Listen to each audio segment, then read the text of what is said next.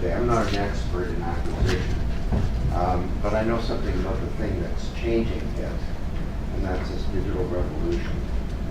And I'd like to, if you'll bear with me, to stand back a bit and look at some of the bigger contextual changes that are happening overall in the world, and in particular with the transformation of government.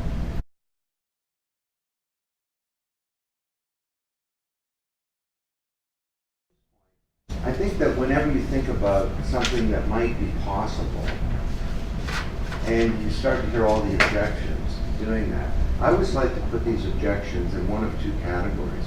Are they reasons to not do this, or are they what you might call implementation challenges that you might actually be able to overcome? And I'll just tell you, I've been at this 35 years now. Most of the really big ideas that I've run across over the years that everyone's objected to were not bad ideas. They had implementation challenges, and many people rejected them.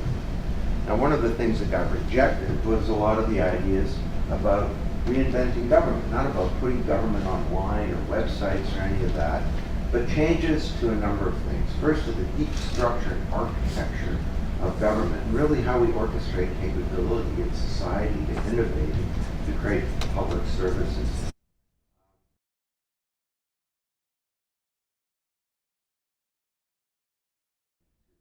Al Gore was on this. And you know what you like about Al Gore? He was on this reinventing of government thing. Our program, 1999, laid it out. Here are the things that we need to do to make fundamental changes to the architecture of government. It's really a new division of labor in society about how we create public value. And also changes to the nature of governance, the nature of democracy. Well, we have a burning platform today, and there is nothing so powerful as an idea whose time has come. We have to do this. And the reason is that the irresistible force of the pressures to control the cost of government are meeting up with the immovable expectations, the immovable object, if you like, of the public expectations about what government should be, which is government should be better. We should be safer. There should be better health care. There should be better capability. We need to have more prosperity. Government's got a role in doing that. So I think tinkering with this situation is not going to be the solution. We need to make fundamental change. And the reason I'm here is I think procurement and acquisition may turn out to be the lever to break the whole thing open and to bring about the kind of change that I've been arguing for quite a while.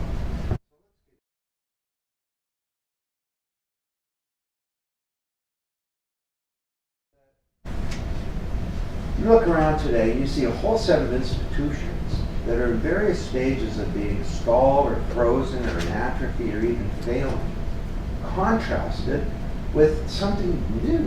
What you can see, for every one of these, you can see the contours of a set of sparkling new initiatives that show how this industry could be done in a very different way.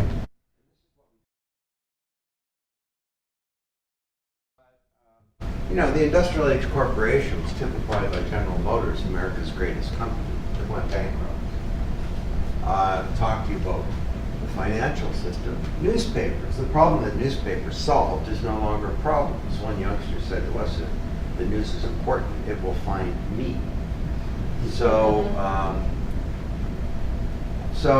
I guarantee, you know, a decade from now, your newspaper is not going to be delivered to your doorstep or your hotel room or something like that. Twitter is my newspaper. I have my economics people, my political people, and my sports people. I try and follow points of view I don't agree with, too, because one of the things I'm trying to avoid is this so-called balkanization, where we all end up just following our own point of view. You end up in these little self-reinforcing echo chambers where the purpose of information is maybe not to inform you, but to, I don't know, give you comfort. So for every one of these, you can see the new model emerging, but it's going to be tough. I mean, newspaper is a good example. How do we get there? How do we ensure quality? How do we protect investigative reporting? How do we pay journalists?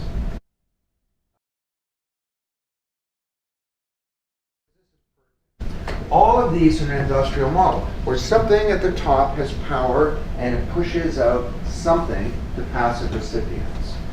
We push out products. We have mass production. We have mass media. We push out newspapers and magazines and radio shows and we have mass education. We push out lectures, right? One to many, one size fits all. It's focused on me, the teacher, and everyone in the audience is a passive recipient.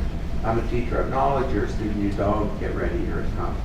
I mean, the lecture is the very best model of technology that like 5th century, or a very best model of learning that 5th century technology can provide.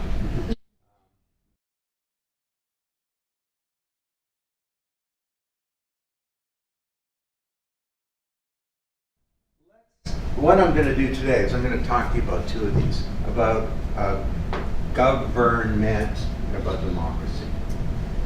Now, why are these changes happening? Well, let's just do a little context here. First of all, there are 4 big drivers for change for Chile.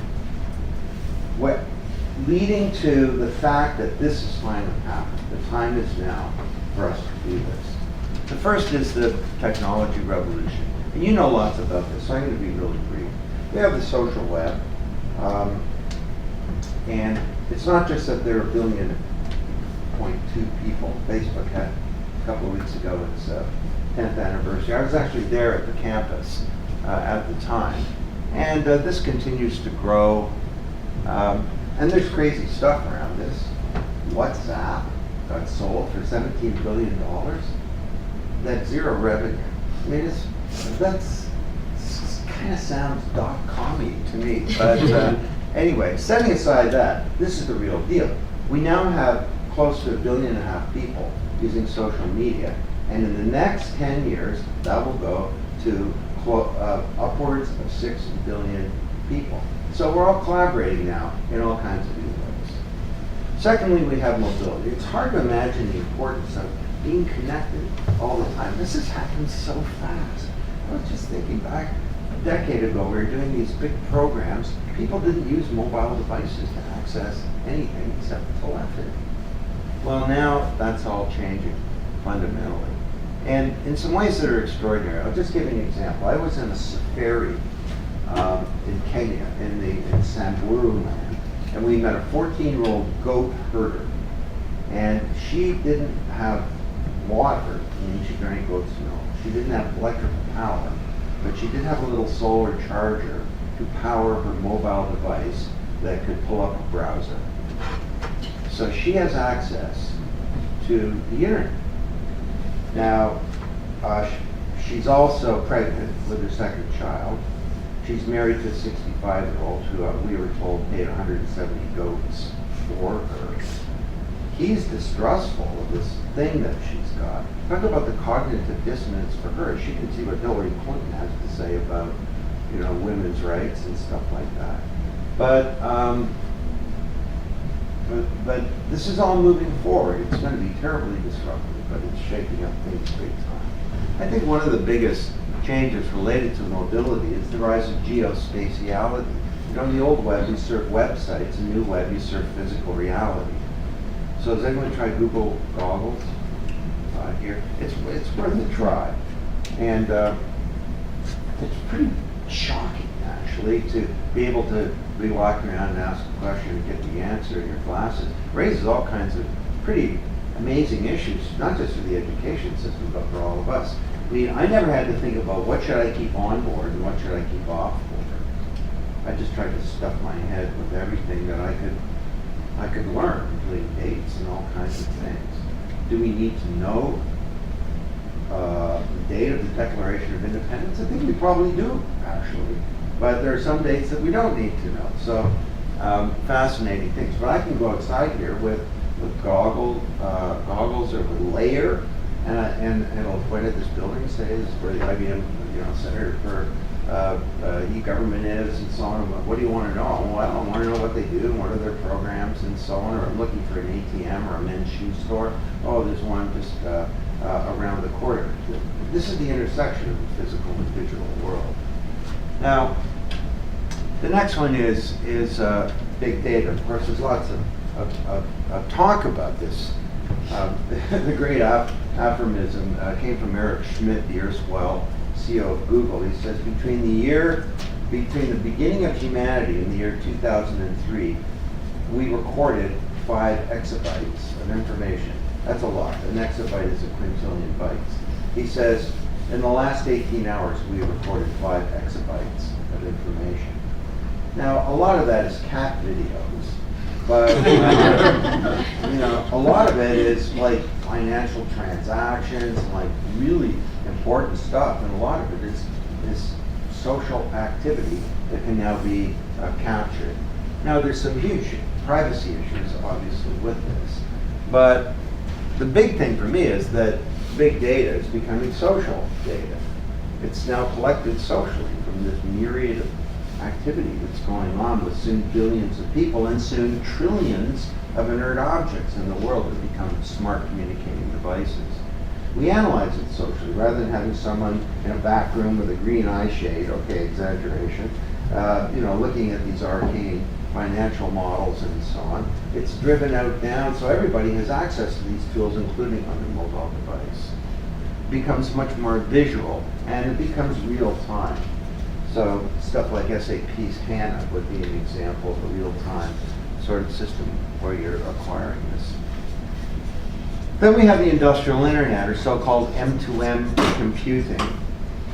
The physical world becoming smart and communicating. Davos, John Chambers is saying 1 trillion devices in 5 years. 1 trillion devices, computers, essentially. What does that mean? What does that mean for procurement when all this stuff is smart and communicating? I have a friend in Toronto. Everything in his house that has electrical power has an IP address, and all these things talk to each other.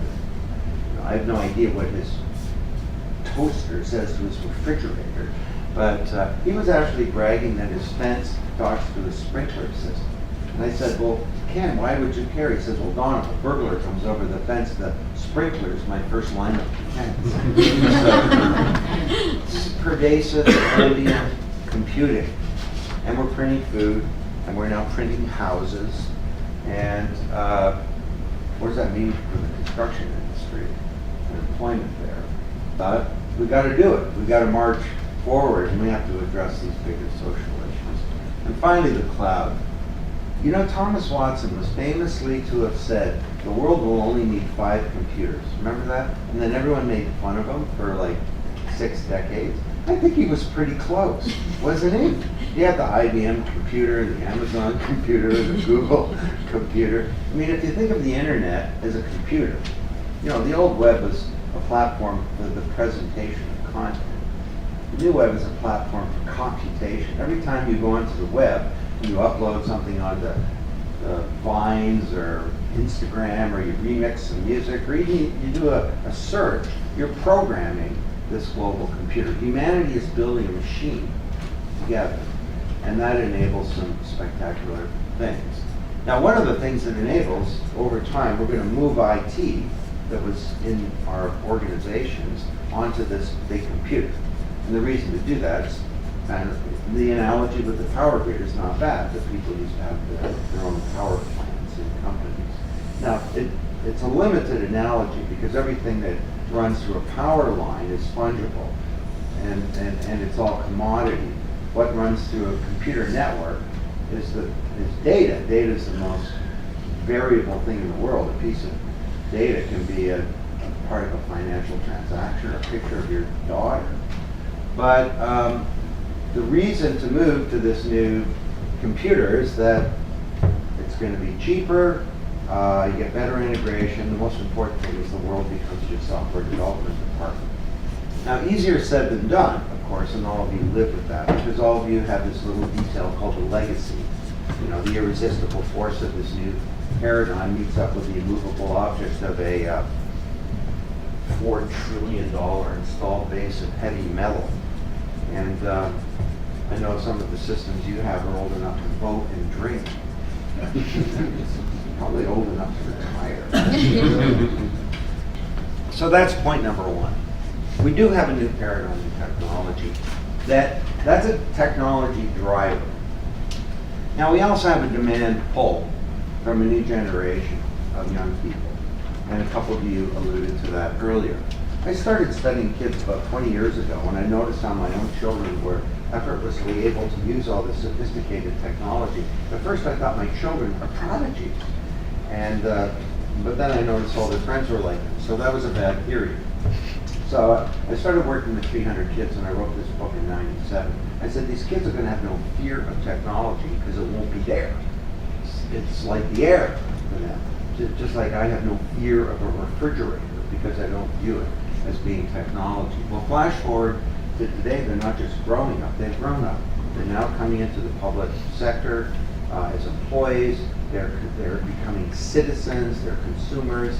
The biggest wave right now is in post-secondary education, but the advanced wave is now into the workforce. And there's no more powerful force to change every institution than the first generation of digital natives. I'm a digital immigrant. I had to learn the language. So just some demographics on this. People talk about the aging of the population. I'm not sure that's a great term because the population is bifurcating. Because this generation is huge. And around the world, they're the biggest generation ever. They're the children of the baby boom. The baby boom echo.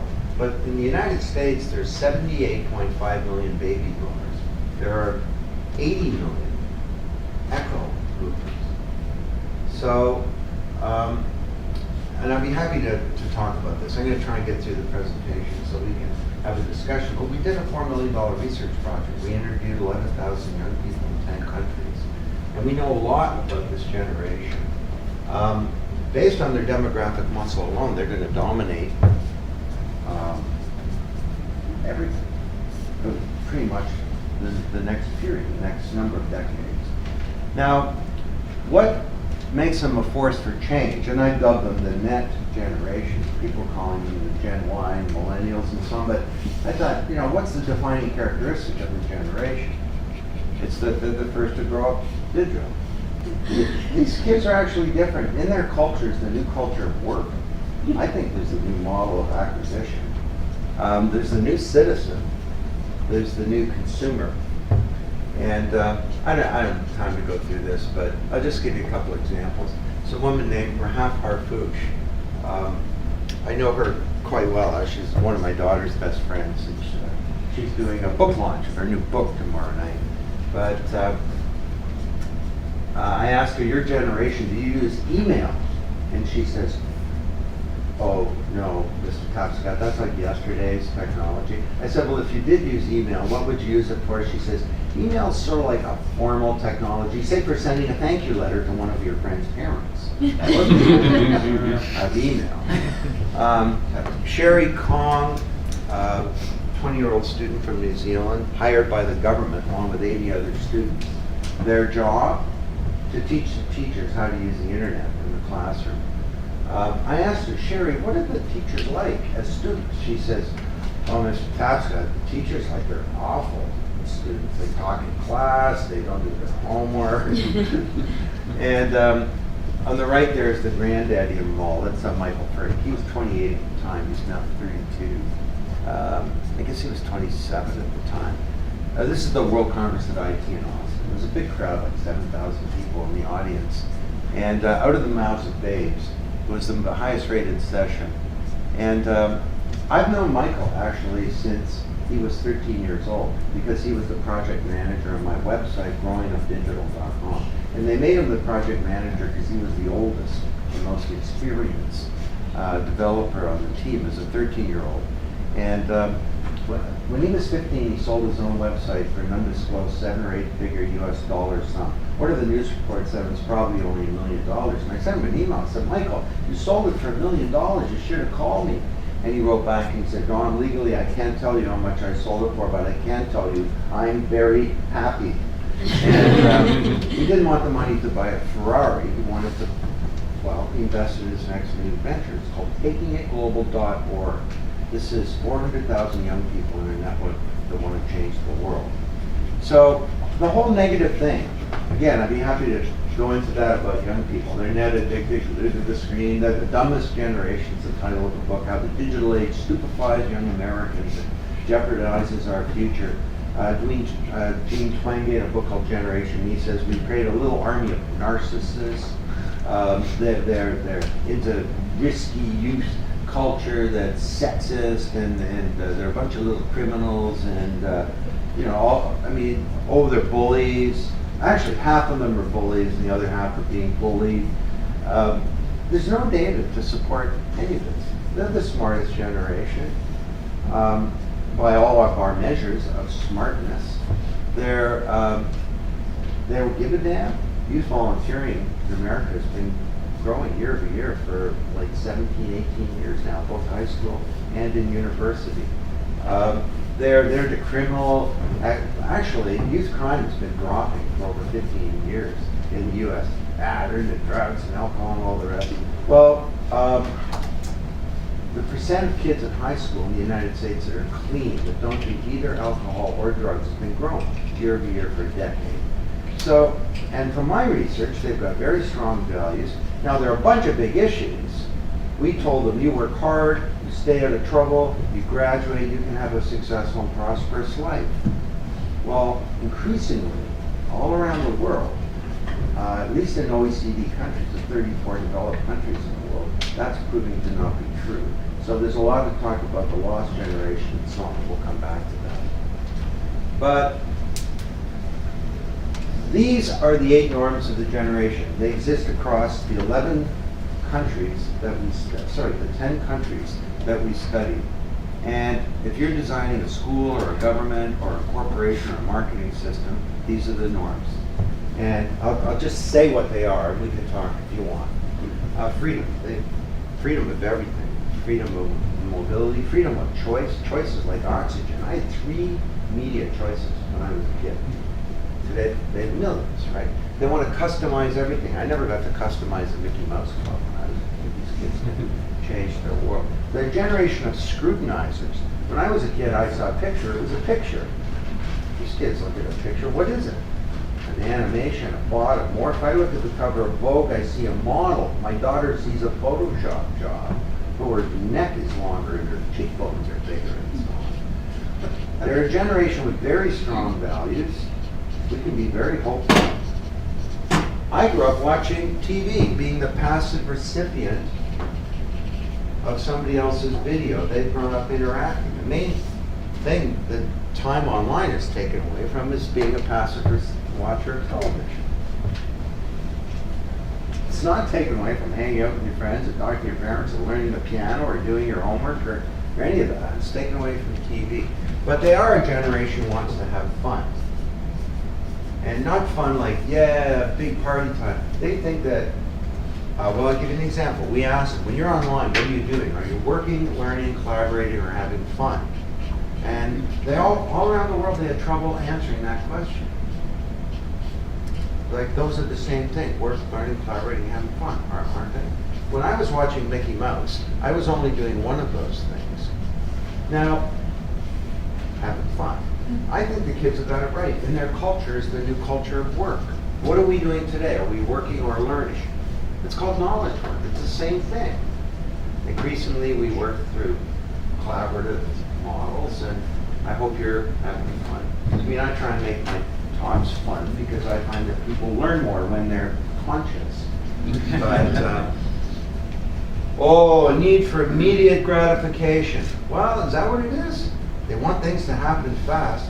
You know, my daughter, when she first graduated from university, she was working for a consulting company. She flew from Toronto to Minneapolis every week. She could check into the Marriott Hotel in 30 seconds. She used to time herself. And they always could check her in at 30 seconds.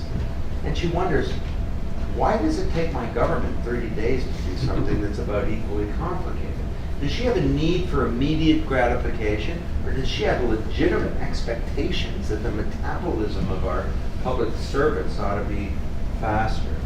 And they're a generation of innovators. So that's a huge force. Now you put those two together, I'm going to speed this up a bit, and you get this social revolution. Now, I'm a Canadian, okay? This is not a political statement. I don't even vote. It's a social media story. But the Obama campaign, myBarackObama.com, the first time around was really material in him becoming elected. The way I discovered this, somebody sent me an email saying, you know, the senator from Illinois thinks your book is the key to winning the presidency and transforming America? You should go to myBarackObama.com. So I go there, and there, one down from the homepage, is my book, Economic. And it says, we believe in the power of the internet and the self-organizing and inclusiveness. The book, Wikonomics, by DonTapscott, and saying, I'm asking you to believe not this is my ability to bring about real change in Washington, but asking you to believe in yours. And I looked at this thing, and well, my first reaction was, I am the man.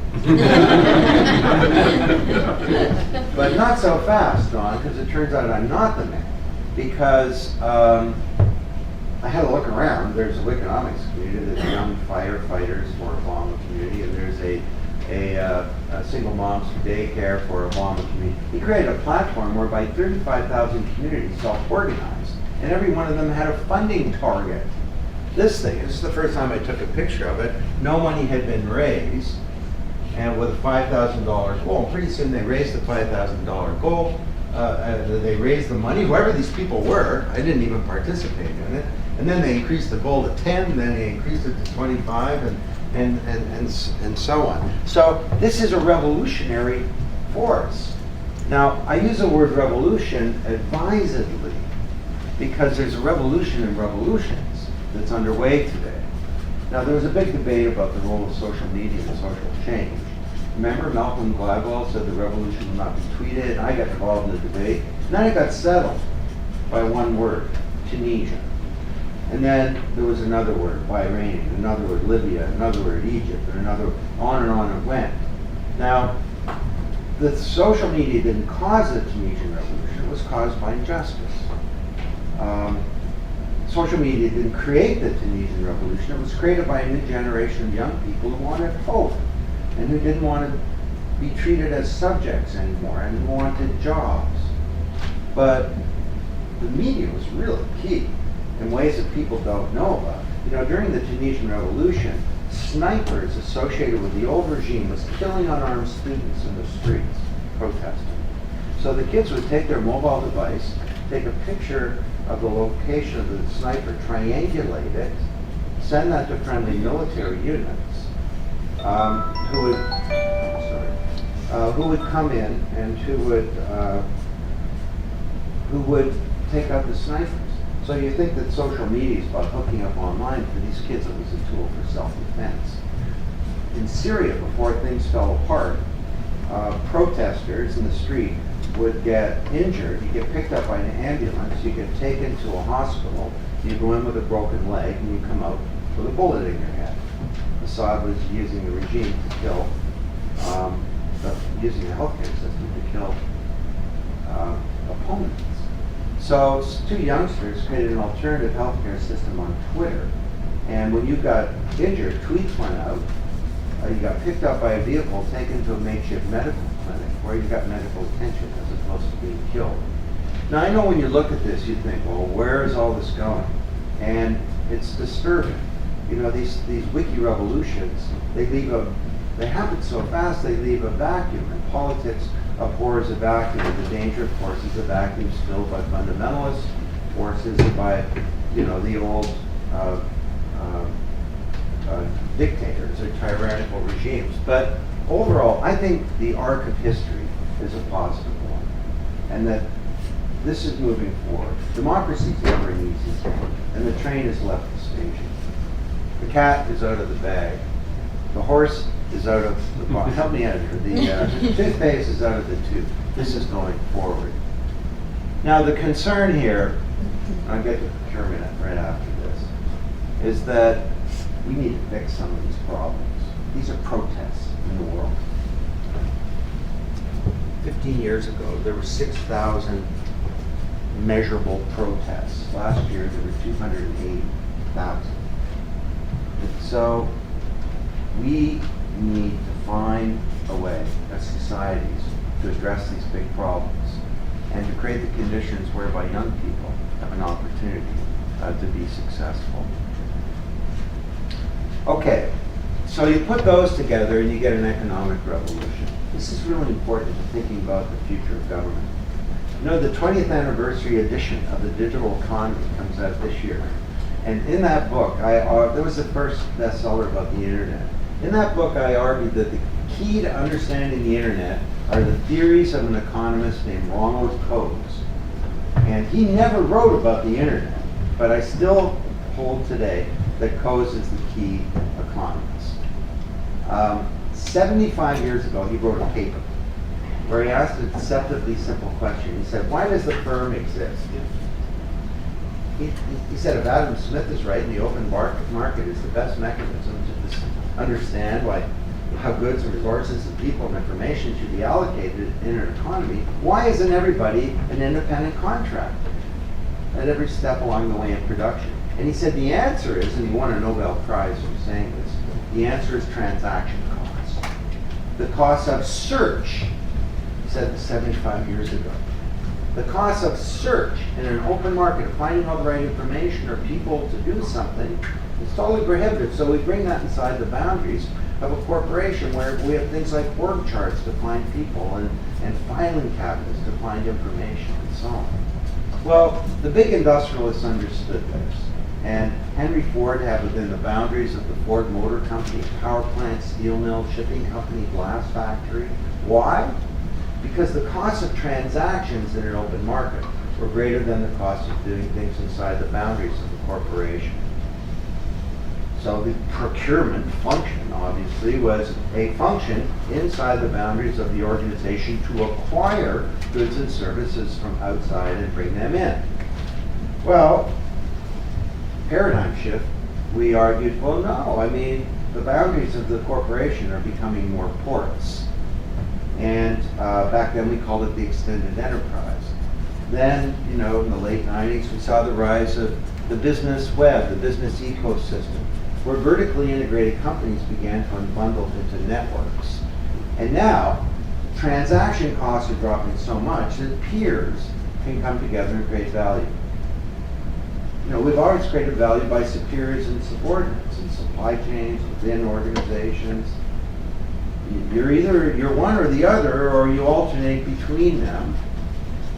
If you can create an encyclopedia with a couple of million people, and it's 20 times bigger than Britannica in 240 languages, but according to the big study that's been done, the quality is about the same. What else could you create? Could you create a computer operating system through peer production? Linux is now the dominant operating system in the world. Could you create a physical thing like a motorcycle? Well, the Chinese motorcycle industry is dozens of little companies. They cooperate together. They meet on the internet and in tea houses. There's no OEM. There's no Harley Davidson pulling all the strings. There's no company. This is now 40% of global motorcycle production to get ready for the $1,000 car from China using the same model. So, I think you may know where I'm going with this, that the corporation, the industrial age corporation, grew up at the same time as the industrial age government, the government bureaucracy. And we created bureaucracies because that was the hot new management concept 85 years ago. It wasn't a pejorative term. And we needed bureaucracies. We needed to have structures. We need to control the public purse and to prevent graft and patronage and corruption and be able to track what was going on and so on. Well, just like the corporation is changing, so are governments. So you know the burning platform idea, that you're somewhere where the costs of staying where you are become much greater than the cost of moving to something new.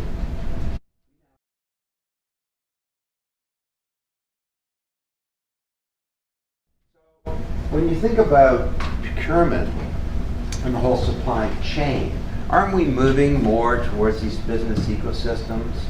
Rather than a chain, it's a network. Rather than a serial thing, we put in an RFP and all you people bid on it, and then we select the best one, and so on. That it becomes much more real-time and collaborative thing. that becomes much more dynamic, and it's something that it's resilient. It's like a system rather than a chain that's constantly changing. So I'm going to just skip ahead here. This is all good stuff. But let's get into applying this to government itself. So just to make the point very clear, this was the model of the industrial age corporation. It was the model of government. Now, hierarchies are not going to go away. But what happened is over the years, we brought IT into our enterprises and also into governments. And we use technology to code and to solidify old business processes. And now we have this situation where when you make investments, often it's a struggle to make sure that they contribute to a desired future as opposed to just building up a legacy. So just like in the private sector, we're moving away from vertically integrated corporations to business web. This is an 11-year-old diagram. So in the public sector, we can move towards networks. And when people talk about open government, I think they confuse it a lot. To me, open government has a number of elements. There's the one that people think of most often, which is about transparency. And that's a good idea. We want governments to be open in the sense of transparent. All around the world, government corruption is a massive problem. And sunlight is the best disinfectant. So we need to make governments naked, if you like. Because when you're naked, there's some corollaries that go along with that. One is that fitness is no longer optional. You know, as we've been saying, if you're going to be naked, you better be buff. And the way to get governments to be buff is to get them naked and let sunlight clean them up. But to me, that's not the biggest opportunity or the most important meaning of openness. A much bigger opportunity is about open data. And the term here, you know the term, government as a platform, right? That government, by releasing raw data, of course with appropriate privacy and security considerations, you release raw data, and then you create a platform whereby the civil society, private companies, other government agencies, academics, foundations, individuals, whatever, can self-organize to create public value, or what we used to call services. Okay? So I'll just give you a trivial example that helps people understand this. I was with the CEO of Melbourne. Melbourne has a CEO. And we were talking about this, and I said to her, give me the examples of data that you have in Melbourne about anything that you're not releasing. And she said, well, why don't you just talk to the chief of police? We have some data about bicycle accidents. I'd say, great, just publish it. Within 48 hours, someone will do a Google map mashup and showing where it's dangerous to go on your bicycle in Melbourne. You'll be saving lives in a week. It costs you nothing. So this is not about putting government online or any of that. It's a new division of labor in society about how we create public value.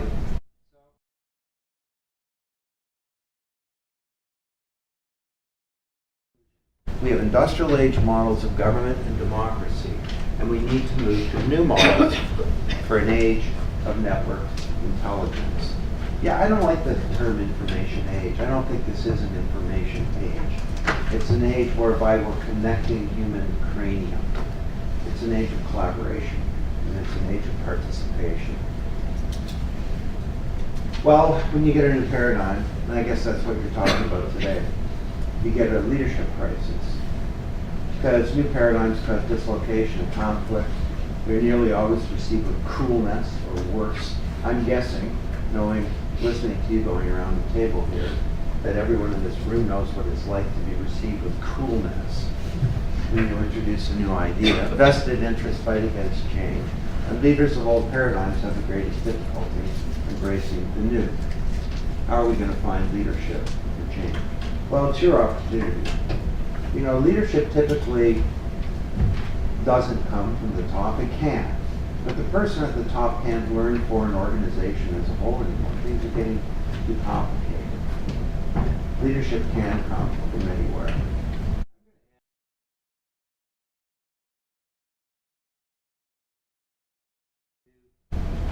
What does an age of networked intelligence look like, and how could that affect the government?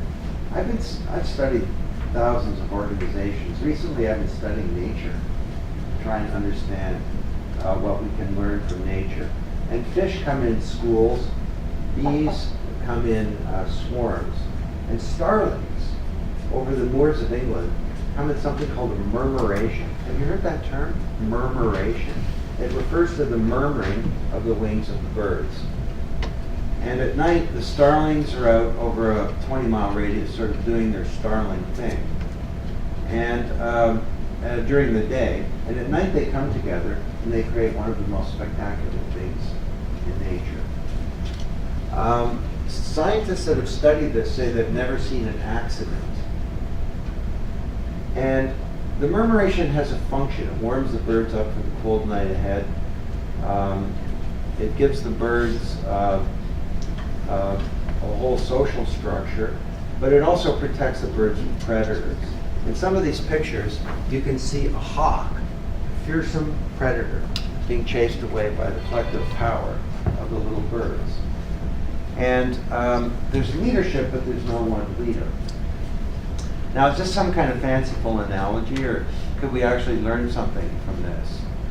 Well, this thing, I think, functions according to the principles of the network world that I've been describing to you. It's a big collaboration.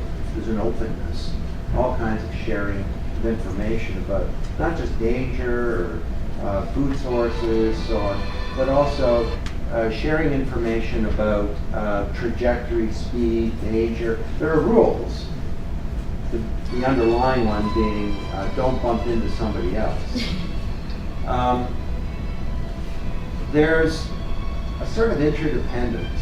And I say to business audiences, business can't succeed in a world that's failing. And this thing functions as if the interests of the individual bird is somehow connected to the interests of the murmuration as a whole. And it has a great sort of integrity that somehow gives the birds great courage to take on a fearsome predator. So I look at this and I get a lot of hope. I mean, imagine if we could connect ourselves on this planet as citizens and as institutions with some kind of vast network of glass and air. Could we go beyond just sharing information to start to share our intelligence? Could we create some kind of collective intelligence that maybe goes beyond a team or a department or an institution or a society? Could we create some kind of consciousness that extends beyond an individual? I don't know. But if we could do that, we could surely do some extraordinary things.